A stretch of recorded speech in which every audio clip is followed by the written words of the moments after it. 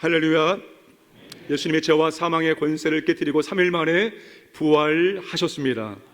오늘 이 부활절을 기점으로 코로나로 서지 못했던 찬양대가 3년 만에 서서 이렇게 아름다운 찬양으로 하나님께 영광을 올려드렸습니다. 이것은 곧 현장 예배의 복귀를 말하고 있는 것입니다. 우리 건강하신 모든 분들은 현장에 나오셔서 하나님을 뜨겁게 예배 드리기를 원합니다. 광연의 성도님들 얼굴 보기를 원합니다.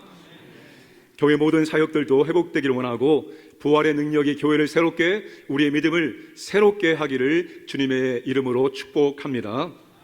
사도 바울이 고린도 전서 1장에서 16장까지를 쓰면서 가장 길게 쓴 것은 15장의 부활에 관련된 내용입니다. 바울이 2차 전도 여행 때 이 고린도 교회를 세우고 무려 1년 6개월 동안 하나님의 말씀을 가르쳤습니다. 그런데 이제 바울이 돌아가고 바울 귀에 이런저런 고린도 교회의 문제들이 있다는 소식이 들려오기 시작했습니다. 그래도 다른 문제들은 조금 이해할 수 있는데 바울로 하여금 고린도 전서를 쓸 수밖에 없는 그런 심각한 문제가 고린도 교회 성도들에게 있다는 소식을 듣게 되었습니다. 그 심각한 문제가 무엇일까요? 15장 12절 말씀을 함께 읽겠습니다. 그리스도께서 죽은 자 가운데서 다시 살아나셨다 전파되었거늘 너희 중에서 어떤 사람들은 어찌하여 죽은 자 가운데서 부활이 없다 하느냐. 고린도 교회에 부활이 없다, 부활은 이미 지나갔다라고 말하는 성도들이 생기기 시작했습니다. 분명 바울이 교회를 세우고 말씀을 가르쳤을 때 그들은 부활을 다 믿었습니다. 그 가운데 선 것이라. 그 부활의 기초 가운데 그들의 믿음이 세워졌건만 바울이 떠나고 시간이 지나면서 주변의 잘못된 사상들로 인하여서 이 부활신앙이 흔들리고 부활신앙이 희미해지고 이제는 부활을 의심하고 부활을 부인하는 성도들이 생기기 시작했다는 것입니다. 바울은 부활을 의심하거나 부정하는 성도들에게 부활은 사실이다, 우리 몸에 부활이 남아있다, 부활이 얼마나 영광스러운지를 다시 말함으로 부활의 확신을 갖고 신앙생활하도록 부활에 대한 구체적인 증거를 제시하고 있습니다. 바울은 고린도 교회 성도들에게 이 부활 복음을 다시 증거하고 있는 것입니다. 오늘 우리가 부활절을 맞이해서 부활 복음을 다시 들어야 될 이유가 여기에 있습니다. 바울에게 직접 배운 고린도 교회 성도들도 시간이 지나면서 세상의 다른 이론과 사상들 때문에 그들의 부활 신앙이 희미해지기 시작했다는 것입니다. 그리고 부활을 의심했고 부활을 부인하는 성도들도 발생하게 되었다는 것입니다. 오늘 우리 가운데 부활 신앙을 의심하는 분이 계실 수도 있고 부활 신앙을 의심하지 않고 부활을 부인하지는 않지만 이제는 그 부활의 신앙이 내 삶과 내 믿음에 아무런 영향력을 발휘하지 못하는 분들도 계실 수 있습니다. 그건 또 다른 의미에서 우리가 부활신앙을 부인하고 있다는 증거입니다. 정녕 부활신앙이 우리에게 있다면 그 부활신앙이 우리의 삶과 우리의 믿음에 영향력을 발휘해야 되는 거예요. 코로나일지라도 혹은 다른 기타 이유일지라도 우리에게 부활신앙이 있다면 그 부활신앙이 우리의 삶과 우리의 믿음에 영향력을 발휘해야 된다는 거예요. 그런데 아무런 영향력을 발휘하지 못하고 있다면 우리는 또 다른 의미에서 부활을 의심하고 부활을 부인하는 것과 마찬가지일 것입니다. 그러므로 오늘 우리는 다시 부활의 복음을 들어야 됩니다. 부활절을 맞이하여 우리의 삶을 변화시킬 부활 복음을 다시 듣고 부활을 확신하시고 그 부활 복음이 우리의 삶과 우리의 믿음에 강력한 영향력을 미치는 것을 우리 스스로가 경험하고 체험하기를 바라겠습니다. 첫째, 부활은 받은 것을 전한 복음이라고 말합니다. 자, 바울이 부활에 대해서 1절에 전한 복음, 2절에 전한 그 말, 3절에 받은 것을 전하였다고 말하고 있습니다. 전했다, 받았다는 말을 강조해 주고 있습니다. 바울은 참 공부를 많이 했던 사람입니다. 그가 태어난 곳은 지중해에 붙어있는 길리기아 지역의 다소입니다. 저 화살표 지점이 다소입니다. 지중해 바로 붙어있는 그런 도시였습니다. 이 다소라는 지역은 그 당시에 국제도시였었고 많은 사람들이 유학을 왔던 도시였습니다.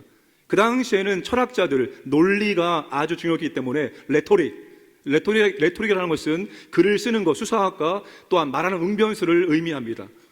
바울은 어렸을 때부터 철저하게 이러한 철학이라든지 또 레토릭을 배웠던 사람입니다.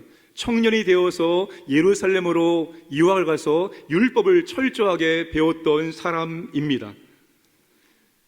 바울은 교회사뿐만 아니라 일반 철학사에서도 알아주는 철학자였습니다. 신학성경 27권 중에서 무려 13권을 집필했던 당대 석학이었던 사람이 바로 사도 바울이었습니다. 그런데 부활만큼은 바울도 듣고 받은 것이라고 말합니다. 그 바울의 학문과 그 바울의 지식과 바울의 경험이 부활에 조금도 첨가되지 않았다는 거예요. 부활에 대해서 바울도 누군가에게 그대로 받은 것들을 고린도 교회에 그대로 전달해 주었다라고 말하고 있습니다. 세상에 이런 일이처럼 놀랄 만한 소문을 우리가 가끔 들을 때가 있습니다. 그러면 우리의 입이 간질간질해서 우리가 알고 있는 사람들에게 그 놀랄 만한 소식을 전달을 해 줍니다. 오늘 혹시 예배 중에 조금 뭔가 달라진 것이 없습니까? 제가 이걸 말하고 싶어서 입이 간질간질해서 그렇습니다. 원래 본문 읽을 때 하단에 작게 글씨를 보여줬는데 아주 크게 넓게 한눈에 볼 수 있도록 변경을 했습니다. 왜 이렇게 되었는가 하면 한 은퇴하신 장로님께서 오셔서 이런 조언을 해주셨습니다.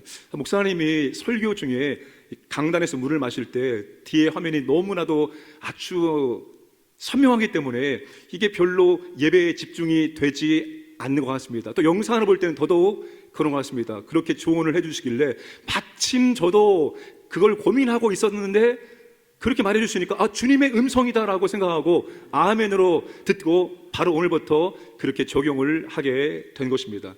우리가 놀랄 만한 일들을 이루며 우리가 이렇게 입이 간질간질해서 누군가에게 전달하게 되어 있습니다. 그런데 얼마 후에 그 소문이 헛소문이라고 밝혀집니다. 그러면 더 이상 그 놀랄 만한 소문을 우리는 전달하지 않고 또한 그것을 듣는 사람은 아무도 없게 됩니다. 사실이 아닌 것을 누가 말할 것이며 누가 그것을 듣겠습니까? 사실이 아니면 아무리 놀랄 만한 소문일지라도 아무도 말하거나 듣지 않습니다. 그런데 부활은 언제부터 언제까지 계속해서 전달이 되고 있습니까? 부활을 처음 목격했던 여인들, 그 여자들로부터 전달되기 시작해서 초대교회와 중세교회와 근대 현대교회, 오늘날 교회와 또한 오늘 우리의 귀까지 계속해서 전달되고 있다는 것입니다. 2000년 동안 이것이 멈춤없이 계속해서 누군가의 입술을 통해서 전달되어지고 있다는 거예요. 여러분, 부활이 헛소문이라면 벌써 중간에 중단되었을 것이고 우리의 귓가에는 더 이상 부활을 들을 수가 없었을 것입니다. 그러나 부활은 사실이기 때문에 지금까지도 계속해서 전달되고 있습니다. 이것이 놀라운 특종이 아닐 수가 없습니다. 그러므로 바울은 받은 것을 헛되이 믿지 말고 굳게 잡으라고 말합니다. 너희들이 처음 듣던 이 부활 복음을, 이 부활 신앙을 굳게 붙잡고 있어야 된다는 거예요. 왜 이 부활신앙을 굳게 붙잡고 있어야 됩니까? 이 부활신앙을 흔들고 이 부활신앙을 흐릿하게 만드는 잘못된 이론과 사상들이 너무나 많이 있기 때문입니다. 그래서 우리가 굳게 붙잡고 있어야 됩니다.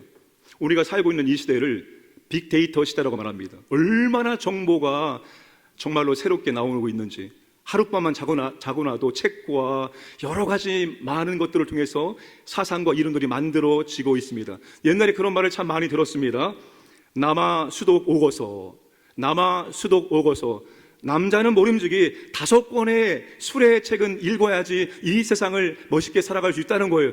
근데 이제는 너무나 많아서 수레 5권으로 부족할 정도입니다. 그 정도로 많은 사상과 이론들이 만들어지고 있습니다. 이런 시대에 살고 있기 때문에 우리가 부활신앙을 굳게 붙잡지 않으면 이 부활신앙이 흐려질 수 있고 부활의 권세와 능력이 우리의 삶과는 아무런 영향력을 미치지 않을 수가 있다는 것입니다.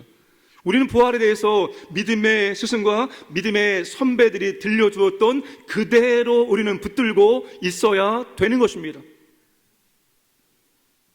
자유주의 신학자들이 가장 많이 나오는 나라가 독일입니다. 참 아이러니하죠.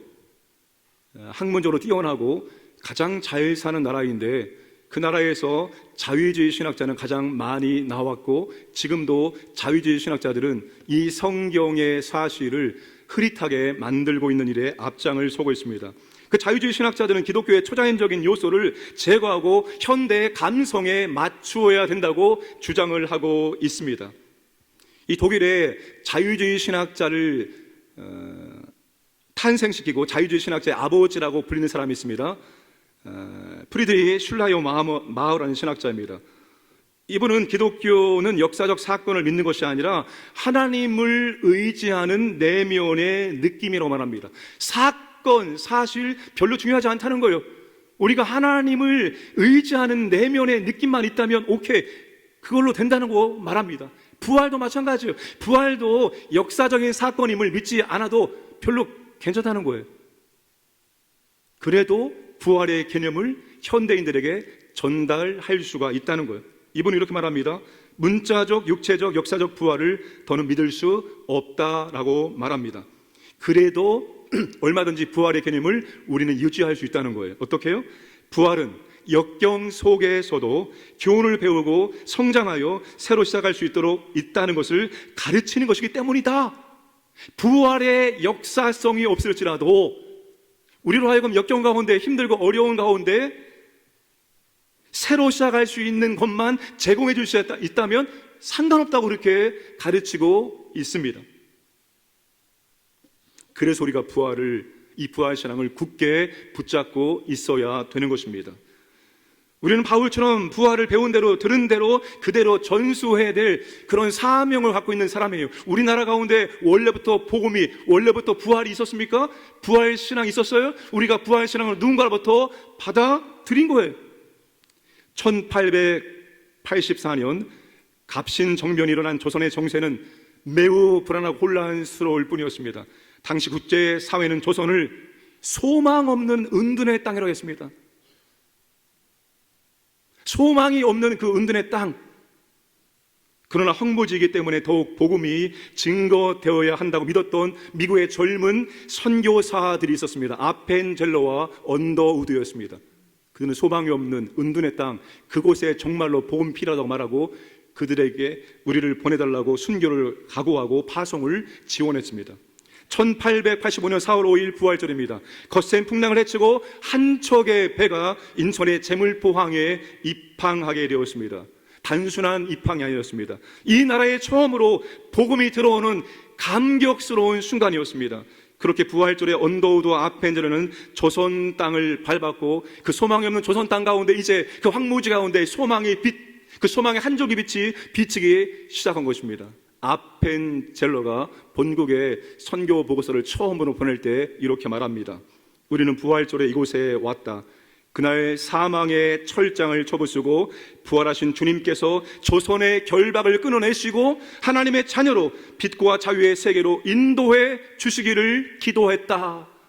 바로 이런 분들을 통해서 이 땅에 교회가 세워지고 이 땅에 복음이 선포되어지고 우리가 이 부활의 복음을, 부활의 신앙을 듣고 믿게 된 것입니다. 그러므로 오늘 우리가 들었던 그대로 이 부활의 신앙을 전수해야 한다는 것입니다. 오늘 바울은 전했다는 말을 반복하면서 이 부활 복음을 전하는 것을 그의 사명으로 그의 인생의 목적으로 삼고 있다는 것을 보여줍니다. 너희에게라는 말을 1절과 2절에서 반복합니다. 내가 너희에게 전하지 않았느냐? 바울은 지금 집요하게 그들에게 또다시 이 부활 복음을 그들이 굳건히 잡을 수 있도록 부활 복음을 전하고 있습니다. 오늘 저와 여러분들도 이 부활 복음을 견고하게 붙드시고 이 부활 복음을 들은 대로 그대로 다시 전수해 주시기를 주님의 이름으로 축복합니다. 둘째, 부활은 성경대로 성취된 복음이라고 말합니다. 바울이 받아서 전달한 이 복음이 어떻게 이루어졌는지 3절과 4절에서 밝히고 있습니다. 우리 3절과 4절 말씀을 함께 읽겠습니다.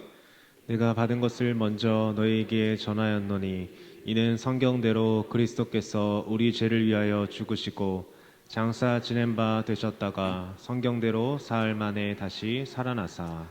성경대로 예수님께서 우리 죄를 위하여 죽으셨고 장사 지내셨습니다. 성경대로 사흘 만에 다시 살아나셨습니다. 예수님의 죽음도 성경대로, 예수님의 장사도 성경대로, 예수님의 부활도 성경대로 이루어졌다고 말합니다. 성경대로, 이 말은 하나님께서 오래전 구약시대부터 예언하셨고 성경에 기록된 예언대로 죽으시고 장사 지내고 다시 살아나셨다는 거예요. 예수님의 부활은 성경 예언의 성취라는 것입니다. 사람들에게 예수님이 죽으셨다가 다시 살아나셨습니다 라고 말하면 그들이 뭐라고 반문할까요? 무슨 죽은 사람이 다시 살아나느냐, 그런 게 세상에 어디 있느냐라고 말하면 우리가 뭐라고 대답해야 됩니까? 성경에 기록되어 있습니다 라고 말해야 됩니다. 그러면 그들이 또다시 반문합니다. 그 성경은 예수님의 제자가 자신의 스승을 신격화하기 위해서 꾸며낸 이야기 아니겠습니까? 전설 아닙니까? 신화 아닙니까? 라고 말할 것입니다. 그런데 성경은 신화나 전설이 아닙니다. 마태, 마가, 누가, 요한복음을 사복음서라고 말합니다. 사복음서는 예수님이 죽으시고 부활하시고 승천하시고 길어봐야 40년에서 60년 사이에 다 기록이 되었습니다. 사도 바울의 이 13개의 서신도 예수님 사후 15년에서 25년 사이에 다 기록이 되었습니다. 마가복음이 가장 먼저 기록되었습니다. AD 70년경에, 마태와 누가복음이 AD 80년경에, 그리고 마지막으로 요한복음이 AD 90년경에 기록이 되었습니다. 여러분, 예수님이 승천하신 후에 20년 만에 예수님에 대한 것들을 꾸며낼 수 있을까요? 예수님이 하지 않은 것들을 마치 예수님이 한 것처럼 예수님 사후에 불과 몇십 년 사이에 그런 것들을 꾸며낼 수 있습니까? 아직도 예수님을 반대하는 사람들이 두 눈을 시퍼렇게 뜨고 있는데 예수님이 하지 않은 것을 했다라고 말할 수 있느냐예요. 그런 것들을 기록할 수 있느냐예요. 그렇게 할 수 없습니다. 역사적으로 신화나 전설은 그 사람이 죽고 그 사람을 알고 있는 당대의 모든 사람들이 죽은 다음에서야 쓸 수 있습니다. 그래야지 그 사람을 영웅으로 만들 수 있고 그 사람이 하지 않은 것들을 엉터리로 꾸며 쓰고 꾸며내도 반박할 수 있는 사람이 아무도 없기 때문입니다. 그러나 신약성에 기록된 예수님에 대한 모든 사건들은 예수님을 알고 있는 사람들이 아직도 살아있는 동안에 다 기록이 되었다는 거예요. 이것이 사실이기 때문에 누구도 이것을 반박할 수가 없었던 것입니다. 부활이 성경대로 성취된 복음이라는 것은, 부활은 역사라는 시간과 장소에서 일어난 역사적인 사건이라는 것입니다. 절대로 만들어낸 이야기, 꾸며낸 이야기가 아니라는 것입니다. 부활은 기록된 성경이 증거하고 있고 성경의 예언대로 역사 현 시점, 그 시간과 장소가 분명하다는 것입니다. 우리가 고대 사회에 여러 가지 사건들이 있습니다. 그런데 여러분, 고대 사회에 우리가 지금 일반적으로 받아들이고 있는 다른 어떤 사건과 부활을 비교했을 때 오히려 이 부활 사건이 고대의 어떤 사건보다도 더 우리가 받아들일 수 있는 역사적인 증거와 문헌들이 더 많다는 거예요. 옥스퍼드 대학의 역사 교수였던 토마스 아놀드는 이렇게 말합니다. 나는 여러 해 동안 과거의 역사를 연구하고 그 사실을 조사하고 이에 대하여 기록한 문헌과 유물을 고증하여 그 사실 여부를 조사하여 오는 중이다. 그런데 하나님께서 우리에게 주신 표징, 곧 그리스도가 죽으셨다가 다시 살아나셨다는 사실보다 더 분명하고 완전히 이해할 수 있는 사실을 인류 역사에서 나는 보지 못했다라고 고백을 합니다. 이는 역사학자의 고백입니다. 여러분, 이 부활의 사건은 우리가 이미 알고 있는 고대의 어떤 사건보다도 더 믿을 수 있는 풍성한 자료와 문헌들이 즐비합니다. 왜 그렇습니까? 이게 역사적인 사건, 사실이기 때문입니다.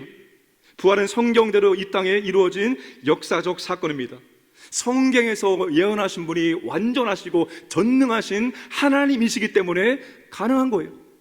우리가 이사야서를 지난주에 묵상했는데, 이사야에서 하나님은 내가 우상과 뭐가 다른지 아느냐라고 끊임없이 말씀하십니다. 우상은 눈이 있지만 보지 못하고, 우상은 입이 있지만 말하지 못하고, 우상은 귀가 있지만 너희들의 소리를 듣지 못하지만 나는 아직 일어나지 않은 일들을 미리 예언하고 미리 말하고 수백 년이 지난 다음에 그것을 성취하는 여호와라고 말씀하십니다. 바벨론 포로에 끌려왔던 그 유대인들, 너희들이 포로 70년이 끝나면 다시 고국 땅에 돌아올 텐데 내가 동방에 한 사람을 세워서 그 일을 할 것이다. 그리고 시간이 지나서 하나님의 말씀처럼 페르시아의 왕 고레스를 하나님이 세우셔서 그를 통해서 이스라엘 백성들이 고국 땅에 돌아가도록 만드셨습니다. 하나님은 전능하시기 때문에 아직 일어나지 않은 일을 예언하고 역사의 한복판에 그 예언이 그대로 이루어지게 역사하신 하나님을 믿으시기를 바랍니다. 우리 성경대로 부활 사건을 믿고 있는 것입니다. 또한 믿어야 됩니다. 그런데 성경대로 부활 신앙을 믿으시길 바라고 우리가 성경대로 교회 생활과 신앙 생활도 할 수 있기를 바랍니다. 우리의 신앙에, 우리의 삶에 왜 문제가 생깁니까? 우리가 성경대로 하지 않기 때문이에요. 성경대로 살지 않고 성경대로 해야 하니까 문제가 생깁니다. 물론 성경대로 해도 문제는 생깁니다. 그러나 성경대로 했을 때 생기는 문제는 오히려 부활의 권세와 능력을 경험할 수 있는 계기가 될 수 있다는 것입니다. 그러므로 우리가 성경대로 부활 신앙을 믿으시고 우리가 성경대로 신앙생활, 성경대로 교회생활을 해보려고 한번 노력해보고 힘써 보기를 바라겠습니다. 세 번째, 부활은 살아있는 목격자와 삶이 변화된 사람이 있는 복음이라고 말합니다. 우리 5절에서 8절까지 말씀 함께 읽겠습니다. 게바에게 보이시고 후에 12 제자에게와 그 후에 500여 형제에게 일시에 보이셨나니 그 중에 지금까지 대다수는 살아있고 어떤 사람은 잠들었으며 그 후에 야고보에게 보이셨으며 그 후에 모든 사도에게와 맨 나중에 만삭되지 못하여 난 자 같은 내게도 보이셨느니라. 바울이 부활의 목격자들을 지금 열거하고 있습니다. 베드로도 보았고 12 제자들이 보았고 500의 현재가 일제히 보았고 야고보도 보았고 맨 마지막에 만삭되지 못한 나도 보았다라고 말합니다. 바울은 본문에서 복음을 제시하는 데 쓰인 단어의 75% 이상을 부활의 목격자를 열거하는 데 할애하고 있습니다. 바울이 부활의 목격자들이 대다수 살아있다고 말하는 이유는 뭡니까? 바울이 전하는 부활이 진짜인지 가짜인지 얼마든지 확인시켜 줄 수가 있다는 것입니다. 왜냐하면 부활의 목격자들이 지금도 살아있기 때문입니다.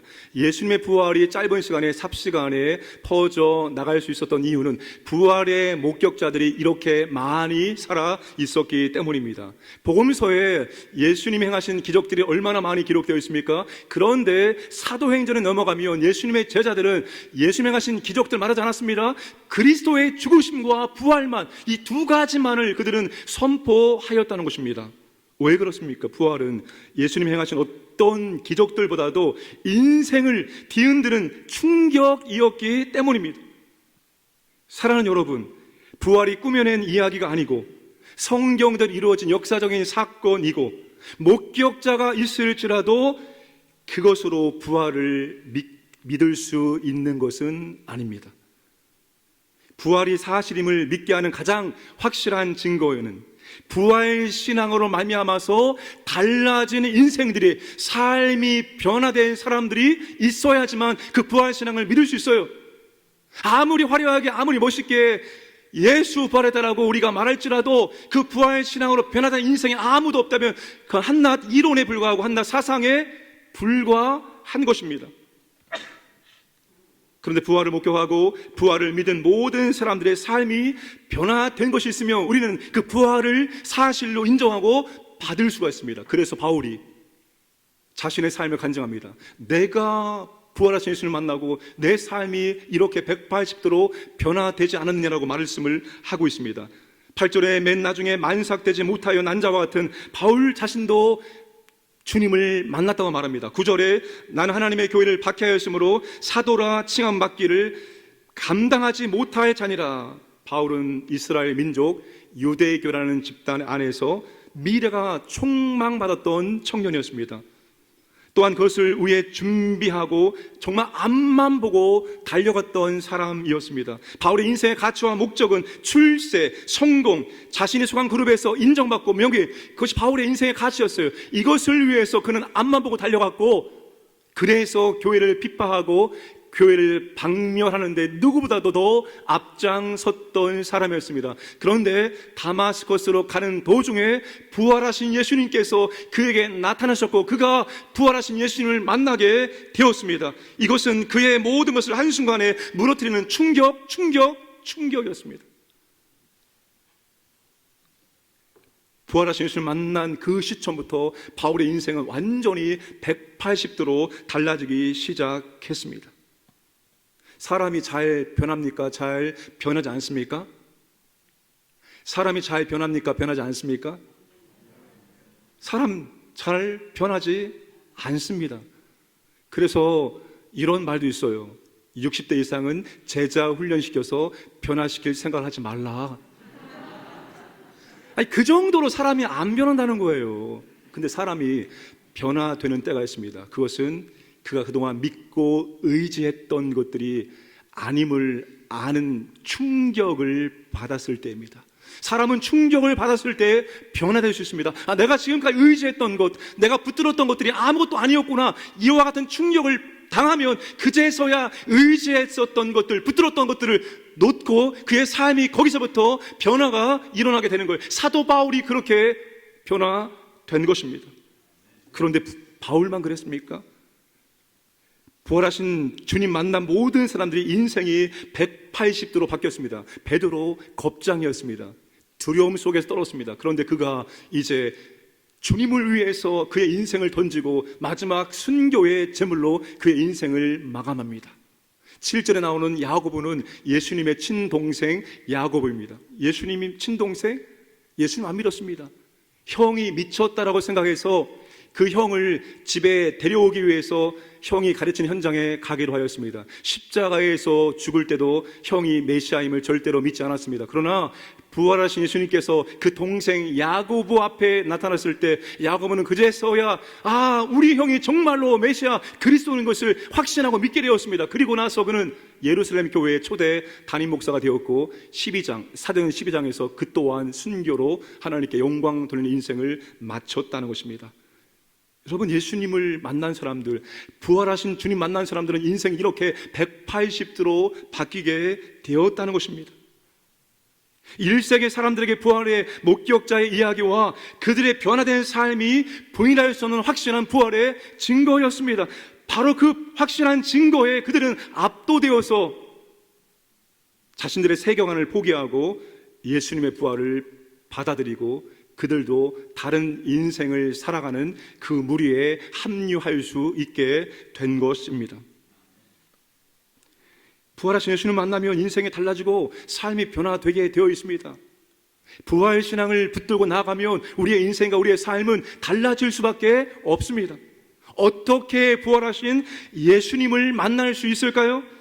10절에 바울이 말합니다. 내가 나 된 것은 하나님의 은혜로 된 것이니. 바울이 10절에서 무려 하나님의 은혜라는 표현을 3번이나 반복하고 있습니다. 바디메오 설교할 때 한 문장에 어떤 단어가 3번 등장하는 것은 이거는 최상급 표현이다. 다 기억하시지요? 바울이 지금 뭐라고 말합니까? 나 된 것은 부활하신 주님 만나고 내 인생이 180도 달라진 것은 다 하나님의 은혜라고 말하고 있습니다. 그렇습니다. 부활이 역사적 사건이고 목격자와 삶이 변화된 증인들이 아무리 많이 있어도 하나님이 그 영혼에게 은혜를 안 주면 그건 나와 아무런 상관이 없는 거예요. 믿어지지 않는 거예요. 그러나 하나님께서 그 영혼에게 은혜를 주시면 그 부활이, 그 성경이 믿어지게 되어지고 그 부활신앙으로 우리가 변화된 삶을 살아갈 수가 있습니다. 여러분, 우리 모두가 이 바울의 고백을 할 수 있어야 되는 거예요. 내가 나 된 것은 하나님의 은혜로다. 그 하나님이 나를 만나주시고 내게 은혜를 주심으로 내가 이렇게 감당할 수가 있었습니다 라고 우리는 고백해야 하는 것입니다. 바울이 10절에서 이렇게 말합니다. 내가 모든 사도보다 더 많이 수고하였다 라고 말합니다. 근데 그 수고가 하나님의 은혜로 된 것이라는 거예요. 내가 내 능력으로, 내 의지로, 내 경험으로 된 것이 아니라 하나님의 은혜가 임하니까 내가 부활하신 예수님을 만났고 믿었고 그로 말미암아서 내 인생의 목적을, 내 인생의 가치를 완전히 바꿔서 이제는 그리스도를 증거하고 그리스도를 존귀하게 하고 그리스도의 교회를 세우는데 그의 인생을 완전히 올인했다라고 고백을 하고 있습니다. 하나님의 은혜가 임하면 부활신앙 믿을 수 있고, 하나님의 은혜가 임하면 우리도 바울처럼 그렇게 고백할 수 있습니다. 하나님의 은혜요, 수고하고도 하나님의 은혜라고 우리는 하나님께 영광을 올려드릴 수가 있습니다. 사랑하는 여러분, 부활신앙을 가지시고 정말 당당하게 살아가시고 정말 더 많이 수고하시고 하나님의 은혜라고 고백할 수 있기를 주님의 이름으로 축복합니다. 말씀을 정리하겠습니다. 부활은 어떤 사람이 만든 이론이나 사상이 아니라 받은 것을 그대로 전한 복음입니다. 부활은 신화나 전설이 아니라 역사의 한복판에 일어났던 역사적인 사건입니다. 예언이 성취된 복음입니다. 부활은 부활을 목격한 목격자들과 그로 말미암아 변화된 사람들이 있는 복음입니다. 사랑하는 여러분, 부활 신앙을 믿으십니까? 부활하신 예수를 만나셨습니까? 이제 부활하신 예수를 만난 우리는 어떻게 살아가야 됩니까? 바울이 이 부활장의 마지막 결론을 15장 58절에서 이렇게 말하고 있습니다. 우리 함께 읽겠습니다. 그러므로 내 사랑하는 형제들아, 견실하며 흔들리지 말고 항상 주의 일에 더욱 힘쓰는 자들이 되라. 이는 너희 수고가 주 안에서 헛되지 않은 줄 알미라. 이게 바울의 부활신앙의 마지막 결론입니다. 흔들리지 말고, 어떠한 상황 속에서 흔들리지 말고 항상 주의 일에 더욱 힘쓰는 자들이 되거라. 너의 모든 수가 주 안에서 헛되지 않기 때문이다. 오늘 우리가 부활신앙을 붙들고 하나님의 은혜 가운데 우리도 이와 같은 삶을 살아낼 수 있는 것을 믿으시기를 바랍니다.